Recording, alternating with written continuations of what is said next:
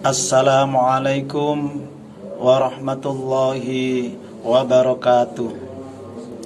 A'udzu billahi minasyaitonir rajim.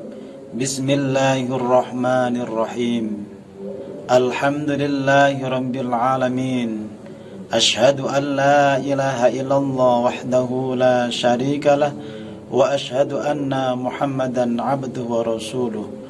Allahumma salli wa sallim ala habibina wa qurrati a'yunina Muhammadin sallallahu alaihi wasallam wa ala alihi wa sahbihi wa man tabi'ahum ila yaumil qiyamah. Amma ba'd. Qala ta'ala fi kitabihil azizil karim. A'udzu billahi minasyaitonir rajim. Bismillahirrahmanirrahim. Ya ayyuhalladzina amanu kutiba alaikumus syiyamu kama kutiba alal ladzina min qablikum la'allakum tattaqun. Wa qala ta'ala aidan a'udzu billahi minasyaitonir rajim. Wa ma khalaqtul jinna wal insa illa liya'budun. Al-ayah. Shadaqallahul adzim. Para pemirsa yang dimuliakan oleh Allah Subhanahu wa ta'ala, alhamdulillah kita diberikan kenikmatan oleh Allah, kenikmatan lahir dan kenikmatan batin, kesehatan lahir dan kesehatan batin, sehingga kita mampu untuk melaksanakan kewajiban siyamu Ramadan, melaksanakan ibadah puasa. Semoga puasa yang kita lakukan betul-betul memberikan kita pelajaran, memberikan kita ibrah, sehingga dari tahun ke tahun kualitas ibadah kita meningkat, puasa kita diterima oleh Allah Subhanahu wa ta'ala.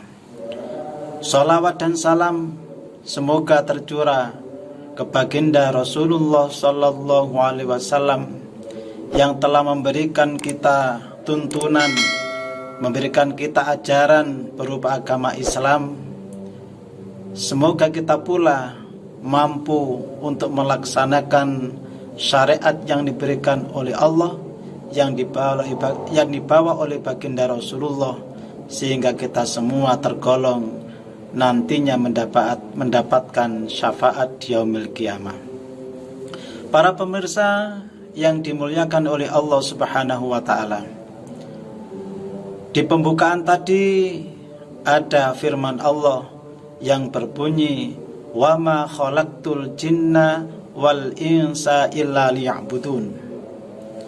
Terjemahan bebasnya adalah bahwa Allah menciptakan manusia dan jin itu hanya semata agar jin dan manusia itu mengabdi, menyembah, beribadah kepada Allah Subhanahu wa ta'ala. Tugas yang diberikan oleh Allah kepada manusia dan jin untuk beribadah tentunya harus dilaksanakan sepenuh hati, harus dilaksanakan dengan sungguh-sungguh, agar perintah itu bisa memberikan dampak positif bagi kehidupan kita di dunia. Kelihatannya perintah itu sepele bagi orang yang memandang sepele, tapi perintah itu juga dianggap luar biasa bagi orang yang menganggap luar biasa. Kebanyakan dari kita, para manusia, memandang perintah yang diberikan oleh Allah dipandang dengan sebelah mata, sehingga banyak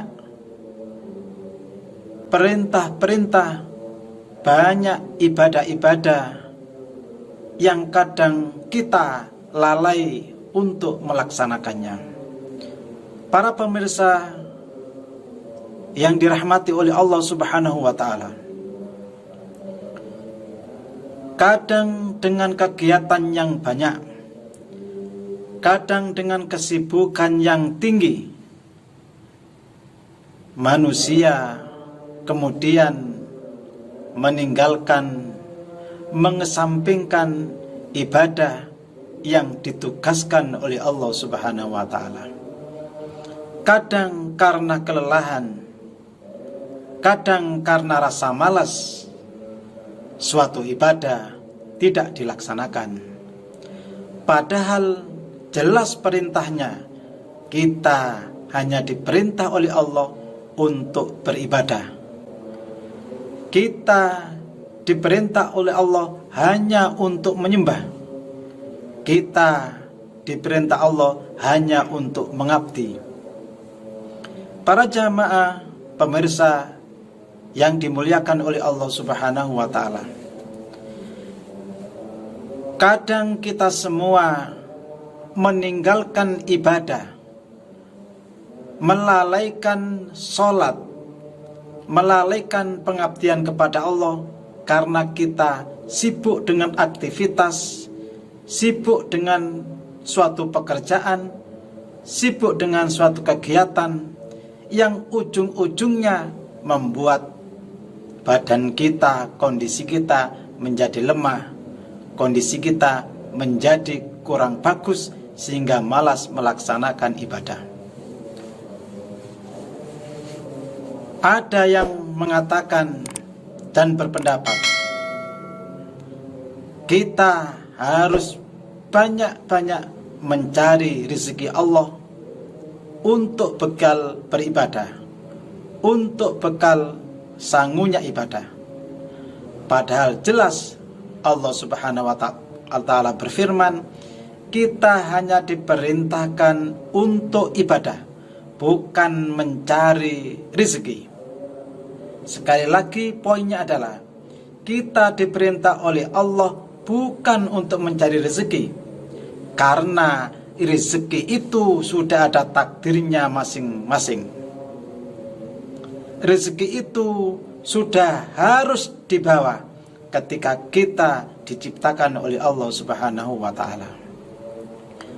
Para pemirsa yang dimuliakan oleh Allah Subhanahu wa taala, Allah mengutus kita untuk ibadah. Allah mengutus kita untuk melakukan pengabdian, penghambaan kepada Allah. Itu sudah disertai dengan fasilitas yang berhubungan dengan ibadah. Contoh, orang kalau mau melakukan sholat, tentu perlu menutup aurat, perlu menutup dengan pakaian, perlu tempat untuk bersujud. Fasilitas itu pasti akan disertakan oleh Allah Subhanahu wa taala tanpa kita mencarinya. Hanya saja kita tidak yakin dengan itu semua. Kalau kita mau umroh, kalau kita mau haji, merupakan suatu perintah dari Allah, Allah akan memberikan fasilitas itu. Perlu biaya banyak untuk pergi haji, dan Allah pasti akan memberikan fasilitas itu. Kenapa? Karena perintahnya jelas dan Allah memberikan fasilitas. Contoh yang paling gampang, menggunakan logika dunia. Apabila atasan kita memerintahkan kita untuk suatu kegiatan, suatu diskusi, suatu yang lain, pasti atasan kita sudah memikirkan perlu biaya, perlu transportasi dan sebagainya. Tidak mungkin dibiarkan. Karena apa? Karena ada suatu perintah. Demikian juga Allah Subhanahu wa taala memerintahkan kita untuk ibadah, pasti fasilitasnya dipenuhi dan bahkan lebih dari itu. Para pemirsa yang dimuliakan oleh Allah Subhanahu wa taala, fasilitas yang diberikan oleh Allah itu dibagi menjadi dua macam, untuk memudahkan hambanya melakukan pengabdian, hambanya melakukan ibadah. Yang pertama, ada hamba itu yang diberikan fasilitas tanpa harus berusaha payah, tanpa harus bekerja, tanpa harus repot-repot. Jadi ada hamba yang melaksanakan perintah Allah, sudah dicukupi oleh Allah kebutuhannya tanpa harus bekerja. Mungkin dia sudah mendapatkan warisan sejak muda, sehingga kekayaannya banyak dan tidak perlu untuk bekerja, dia fokus kepada ibadah.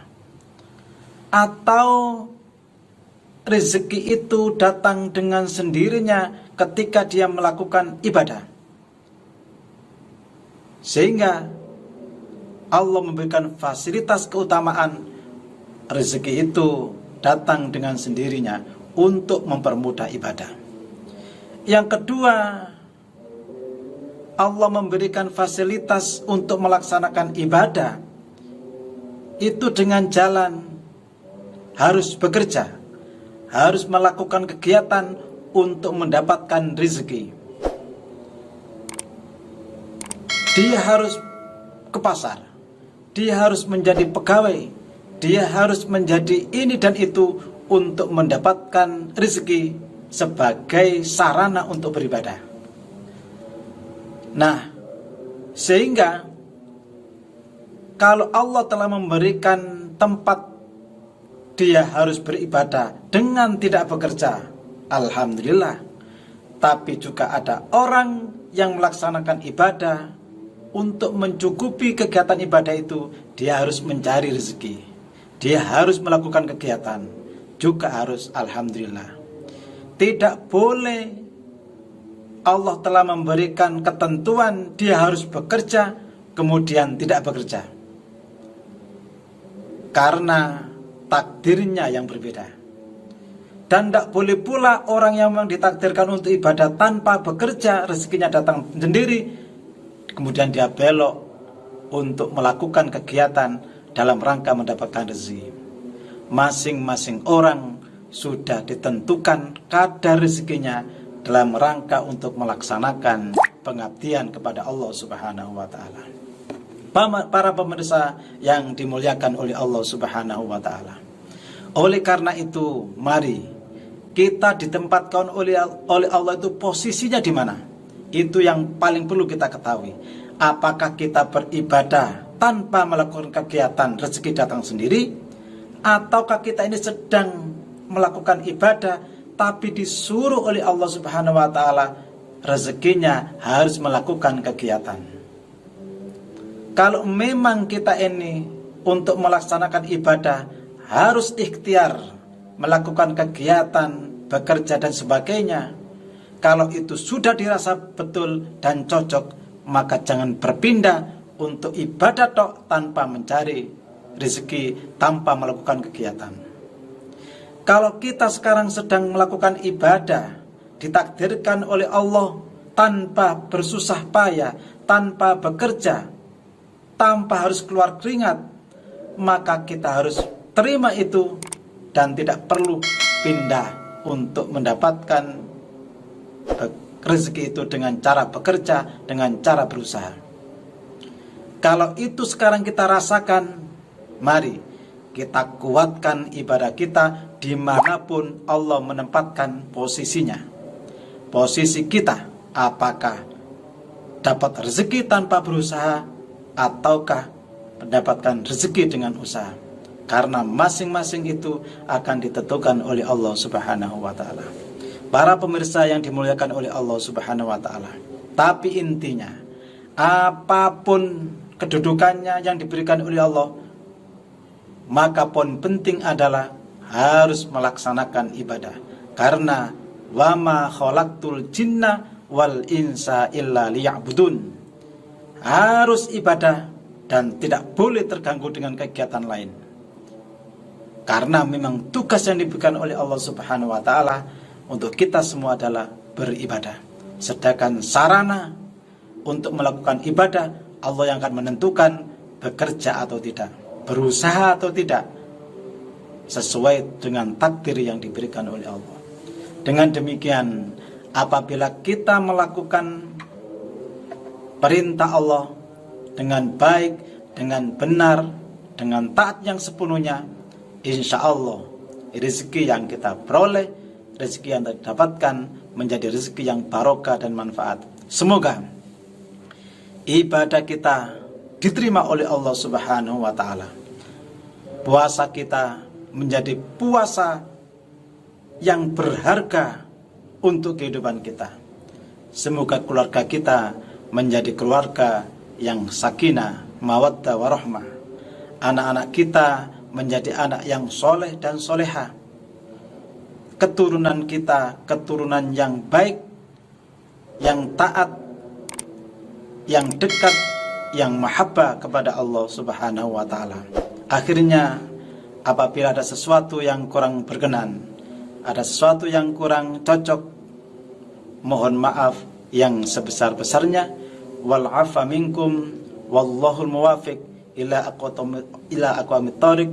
Wassalamualaikum warahmatullahi wabarakatuh.